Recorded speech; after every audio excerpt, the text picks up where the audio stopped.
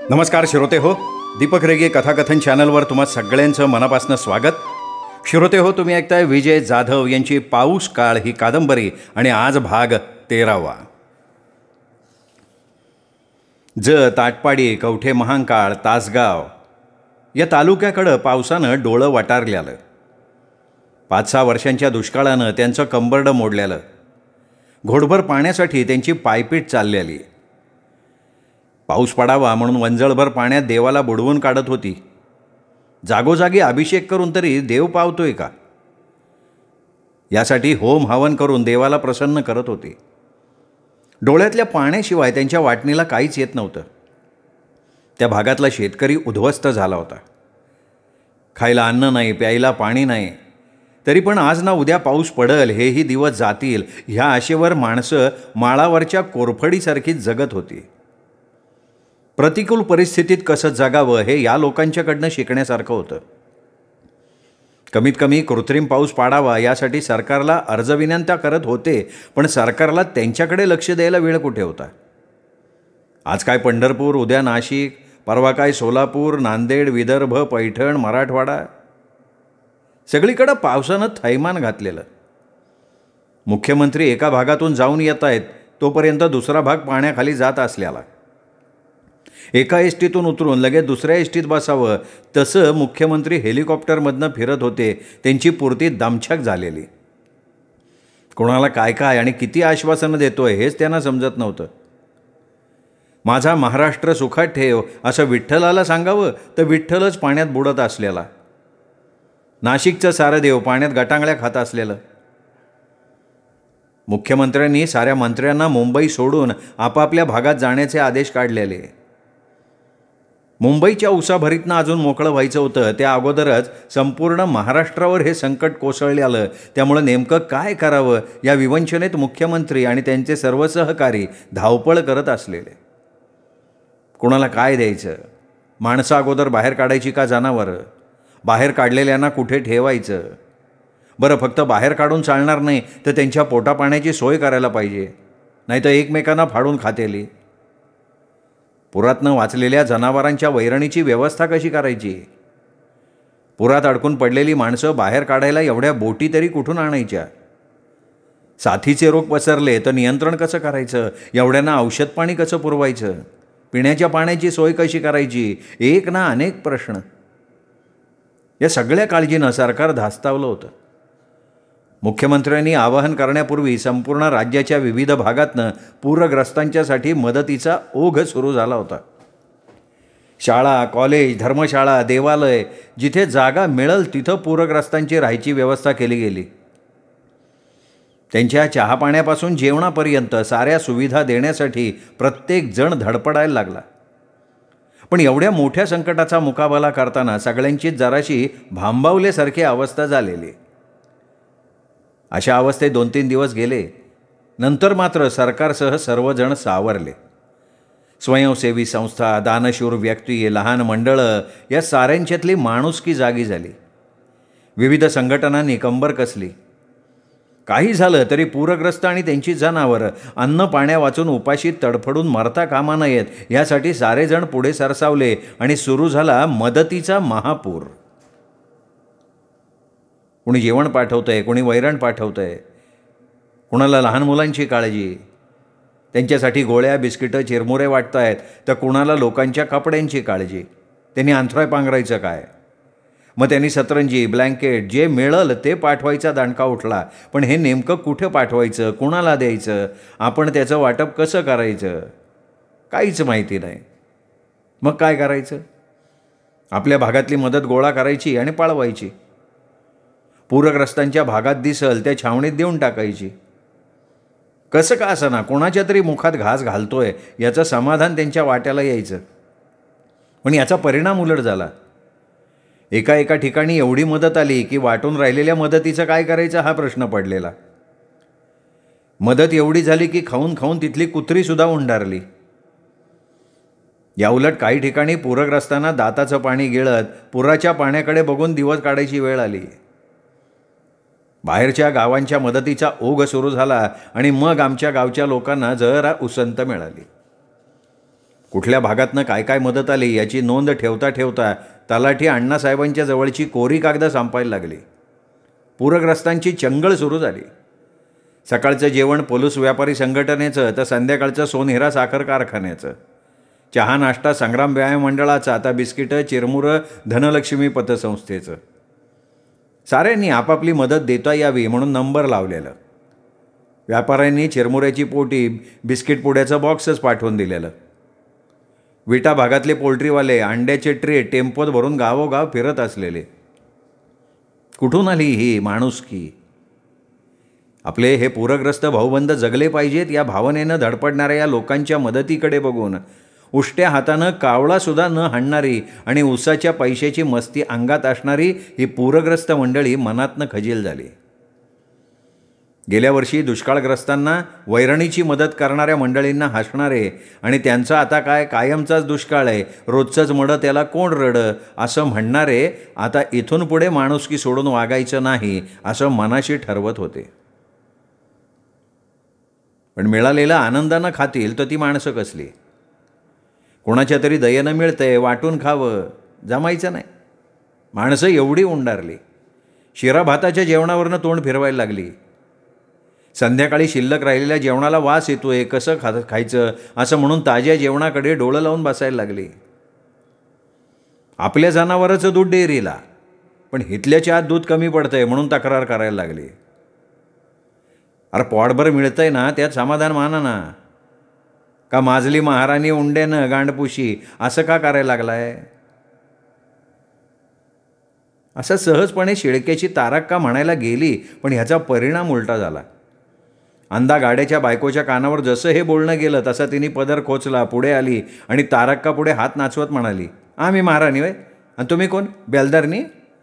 एवढ्या इमानदारनी शाहीसा तर मग लोकात गावाच्या लोकात काय येऊन पाडलाय? अगं बाया, मला तसं नव्हतं म्हणायचं. मग कसं म्हणायचं होतं? आमची जात काढतायसा तर तुमची तरी तालीवारी कुठं होतो चालली हो? आमच्याबरोबरच राहताय नवं? एवढ्या राजघराण्यातल्या हायसा तर राजवाड्यात जाऊन राहायचं नाही का? इथं कशाला आला आमच्या जातीत राहिला? ध्यानात ठेवा, आमची जात काढशीला तर लय मागात पडन. जात काढताय म्हणून आम्ही केस केली ना, बसायला लागल तुरुंगात खडी फोडत. तेव्हा कळल महाराणी कोण आणि जागीरदारी कोण. शब्दाला शब्द वाढत गेला, कालवा वाढला. एवढ्यात म्हातारीचा पोरगा पुढे गेला. ना कोण खडी फोडाय पाठवतो बघतो ना मी. गावाच्या जीवावर जागताय वर ट्यामा मिरवतोय. ना तुमची चुकीच नाही, आत्ता ज्या पुढारेसने अक्कल नाही. मतासाठी तुमचे लय लाड केले त्यांनी, एवढा पूर वसरू दे मग घेतो बघून. म्हातारीचा पोरगा तोंडाला येईल ते बडबडायला लागला. दोन्ही बाजूनी कालवा वाढला, हातघाईवर यायची चिन्ह दिसायला लागली. म्हणून म्हातारीच्या पोराच्या हातापाया पडत मी म्हणालो, नाही राहू देत ना आकाराम, कशाला प्रकरण वाढवताय? तुम्ही कुठल्या प्रसंगात आहात, काय करताय? ना तुम्ही का बसा सर, या एकेकाला हिसका धावतो मी. गावात गेल्या गेल्या एकेकाचा खोपाटच उपसतो, नदीत फेकून देतो. बाहेरगावच्या एकाला सुद्धा गावात राहू द्यायचं नाही असा पंचायतीला ठरावच घ्यायला लावतो. नाही बघू ना तुझ्यात किती दम आहे, आम्हाला पण बघायचं जे कोण कोणाच्या घराची वाट लावतंय ते. गाड्याच्या गोरखनं उघडपणे आव्हान दिलं होतं. कालवा वाढत चालला, कोण काय बोलतंय तेच समजेनासं झालं. कोणी भांडव मिटवण्याचा प्रयत्न करत होतं, तर कोणी विजत आलं की यांचा एवढा दांडगावा का सहन करायचा असं म्हणत विजलेल्या भांडणावर तेल घालत होतं. तलाठी अण्णासाहेबांना मिटवी करता करता घाम फुटला होता. कुणीच कुणाचं ऐकून घ्यायच्या अवस्थेत नव्हतं. यांच्या दांग्यानं सरकारी ड्युटीवरचा पोलीस पळत आला. अरे काय गोंधळ चाललं रे, काय माणसं आहे का जनावर आहे तुम्ही? आता मुकाट्यानं ग बसताय का बघू एकेकाकडं. त्यांनी दम दिला तसं माणसं जरा वारामली. लांब जाऊन एकमेकांकडे बघत कुत्र्यासारखी भुंकत राहिली. कशी तरी भांडणं मिटवली तोपर्यंत बारकी पोरं भुकेनं आयांचं लचकं तोडत असलेली. त्यांचा रडून कालवा योट उठलेला. त्यांना पुराची किंवा चाललेल्या भांडणाची काळजी करायचं काय कारण? आपल्या बॉटाला मिळालं बाद झालं. तुम्ही भांडून एकमेकाची टकोरी फोडा, नाही तर सगळं गाव पुरात वाहून जाऊन दे. पोट भरलं की पोरं हुदड्या माराय मोकळी. अण्णासाहेबांनी मला बोलवलं.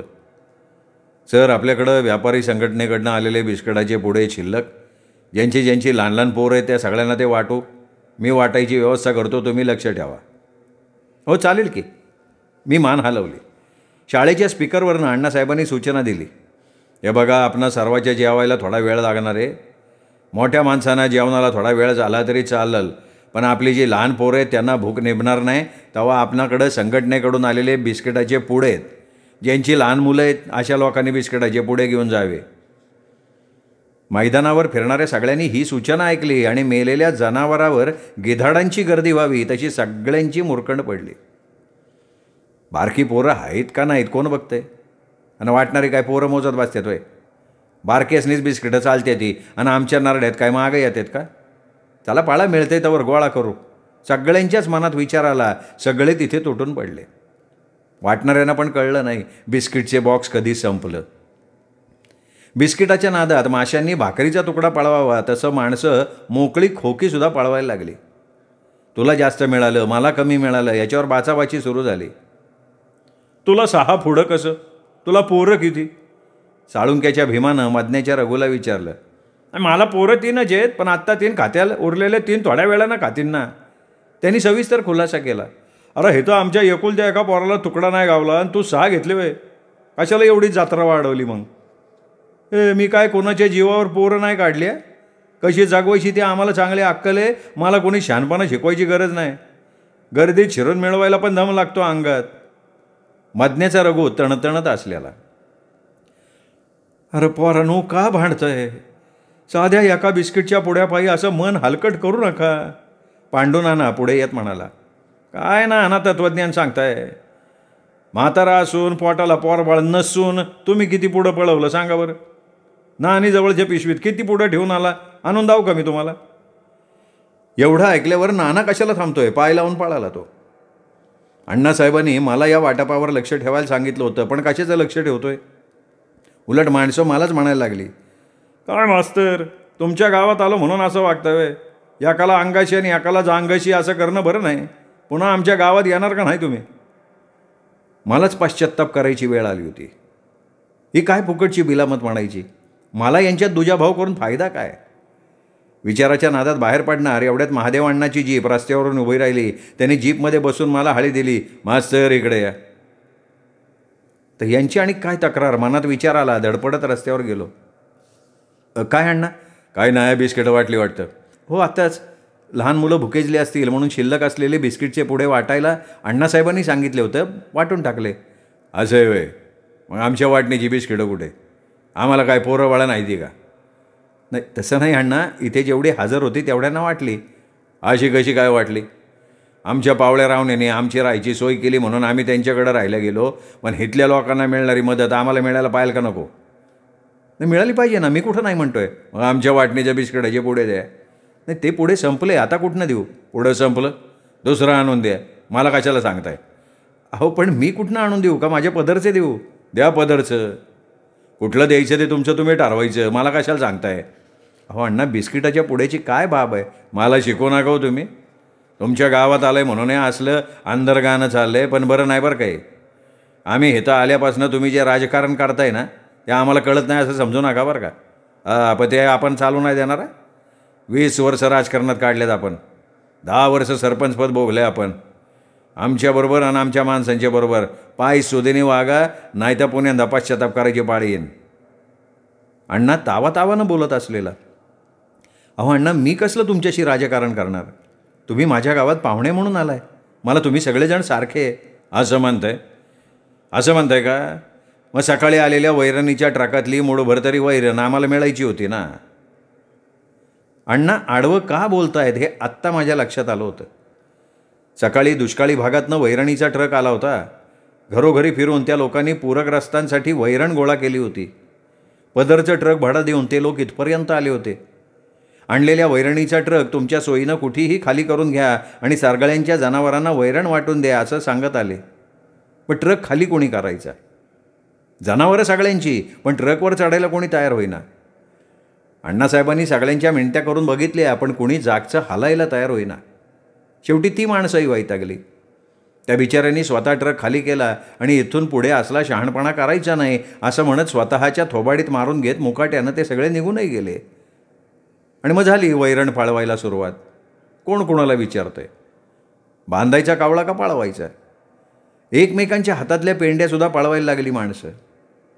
मेलेल्या जनावरांचे लचके तोडण्यासाठी कुत्री कशी एकमेकांवर धावतात तसं करायला लागली. एक एकीकडनं ओढतोय, दुसरा दुसरीकडनं पळवतोय. वैरणीवर नाचून नुसता धिंगाणा केला. अण्णासाहेब फक्त हताशपणे बघत राहिले. गावपुढारी नुसतंच भोवतीनं, अरे असं करू नका, माणसासारखं वागा, सगळ्यांनी वाटून घ्या असं म्हणत बाजूला जाऊन उभे राहिलेले. कोणाचा पायपोस कोणाच्या पायात नसलेला. घावतंय तवर पाळवा, पुन्हा नाही घावलं तर. माणसं आपण पूरग्रस्त होत हेच विसरलेली. हे सगळं मला आठवलं आणि अण्णांना काहीही न बोलता मान खाली घालून मी परत फिरलो. पण या वैरण वाटण्यात माझा काय दोष? माझ्या लक्षातच येत नव्हतं ते.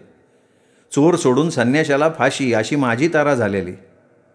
काहीही न बोलता मी मुकाट्यानं घरचा रस्ता धरला. दुसऱ्या दिवशी सकाळी आवरून शाळेत पोचलो. आज मैदान मोकळं झालेलं. रोजच्यासारखा कालवा नाही का गोंधळ नाही. जुनी प्रत्येकाची तोंडं शिवलेली. माणसं बोललीच तर दबक्या आवाजात एकमेकांच्या बरोबर कुजबुजत असलेली. मला काही कळे ना एकाएकी असं काय घडलं. अजून जनावरं शेणात तशीच नाचत असलेली मला राहवलंच नाही. मी समोरून डोक्याला टपरी बांधून येणाऱ्या चव्हाणाच्या हणमाला विचारलं, काय काय भानगड काय? आज सगळीकडे सामसूम कशी? सर तुम्हाला काय माहीत नाही वे? नाही रे, ती कदमाची म्हातारी आज 4 वाजता वारली ना. काय? तिला सांगलीला सिव्हिल हॉस्पिटलमध्ये ॲडमिट केलं होतं ना? होय की, होती दवाखान्यात. दमा वाढलेला, अगोदर चालायला येत नव्हतं, बोजा वाढलेला. तुमच्या या गेटपर्यंत बैलगाडीतनं आणली, पण रेल्वे गेट बंद असल्यानं तिला तिथनं शाळेत पोहोचायला 1 तास लागला. चालताना धाप लागायची, त्यात गारटून गेलेली. एक रात कशी तरी हिथं काढली. दुसऱ्या दिवशी दुपारी सांगलीला नेली. ते आता प्रेतच परत येते. मगाशी सांगलीतनं फोन आला. माझं डोकंच सुन्न झालं. माझ्या डोळ्यांपुढे त्या दिवशी व्हरांड्यात खुर्चीवर बसलेली धापा टाकत बोलणारी कदमाची म्हातारी आणि तिची समजूत घालणाऱ्या बायका समोर दिसायला लागल्या.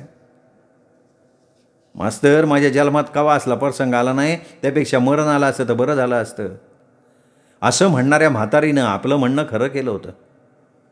एकुलता एक पोरगा आणि लेकीचं सुख बघायला सुद्धा म्हातारी थांबली नाही.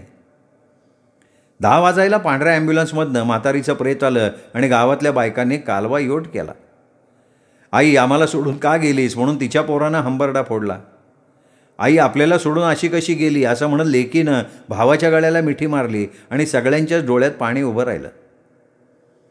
एरवी कुणाचंही क्रियाकर्म करताना गडबड करणारी माणसं टापऱ्या बांधून नुसतीच खुळ्यासारखी उभी असलेली. गडबड नाही, गोंधळ नाही. अजूनही प्रेत ॲम्ब्युलन्समध्येच असलेलं. गाडी भाडं दिल्याशिवाय प्रेत उतरून द्यायला ड्रायव्हर तयार नसलेला. त्याचं 1200 रुपये बिल, भागवायचं कोणी? सगळी झडझडीत मोकळी. अंगावरच्या कपड्यावर बाहेर पडलेल्यांच्याकडे पैसा असणार कुठून? एरवी हजारानं नोटा खिशात असणारी माणसं भणंग भिकाऱ्यासारखी आता काय करायचं म्हणून एकमेकांच्या तोंडाकडे बघत असलेली. दवाखान्याचं बिल भागवतानाच म्हातारीच्या पोराला डॉक्टरच्या हातापाया पडायला लागलं होतं. तो थिजलेल्या डोळ्यांनी गाडीकडे बघत असलेला. शेवटी गावातल्या लोकांनी आणि अण्णासाहेबांनी गाडी भाडं भागवलं, प्रेत उतरून घेतलं.